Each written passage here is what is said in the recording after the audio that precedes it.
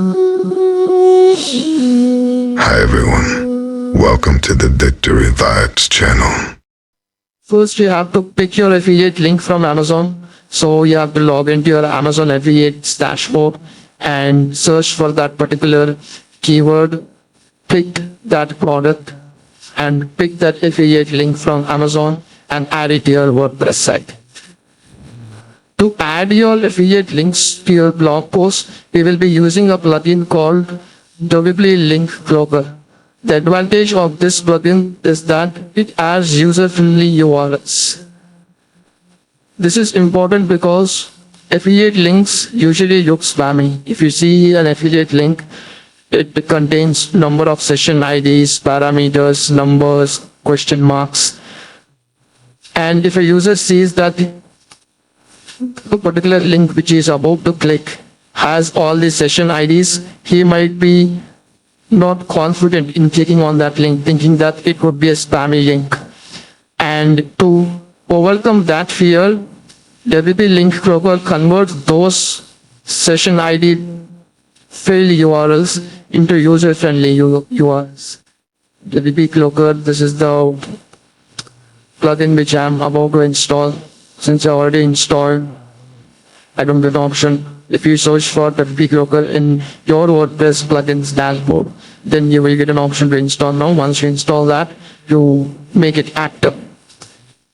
Currently, we are in Amazon Associates dashboard. The first article which I'm writing for trimmers for men.in is around laser trimmers. So I would like to create a link for laser trimmer. I would like to create a link for Philips laser trimmer because I'm promoting that product. So I see that there is a link which comes up here. So I click on get link. So I would pick text only. There are two ways of taking. One way is to directly copy this text. Other way is to directly copy link address. The best way to test whether it's actually your affiliate link is to see something called ampersand tag equal to your Amazon ID. My Amazon ID is AMA-21. So this ID is what Amazon uses to track the affiliate links. This URL has a lot of session IDs and parameters and numbers, and the URL itself is too long. If the user sees that he's going to click on such a URL, he might not be inclined to click on it. So we have to convert this spammy looking URL into a user-friendly URL. We can add new.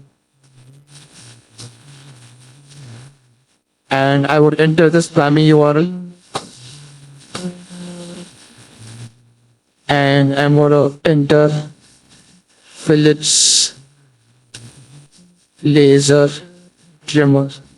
Once I do this, I hit publish. So you can see that WordPress or WP Broker created this URL called trimmersformen.in/link/Philips-laser-trimmer. So if I go and type this URL in the browser, it will get redirected to the Amazon affiliate URL. So if you're not sure whether it's actually getting you the right URL, you can copy this URL, paste it in the notepad, and see this is the exact URL. Tag equal to.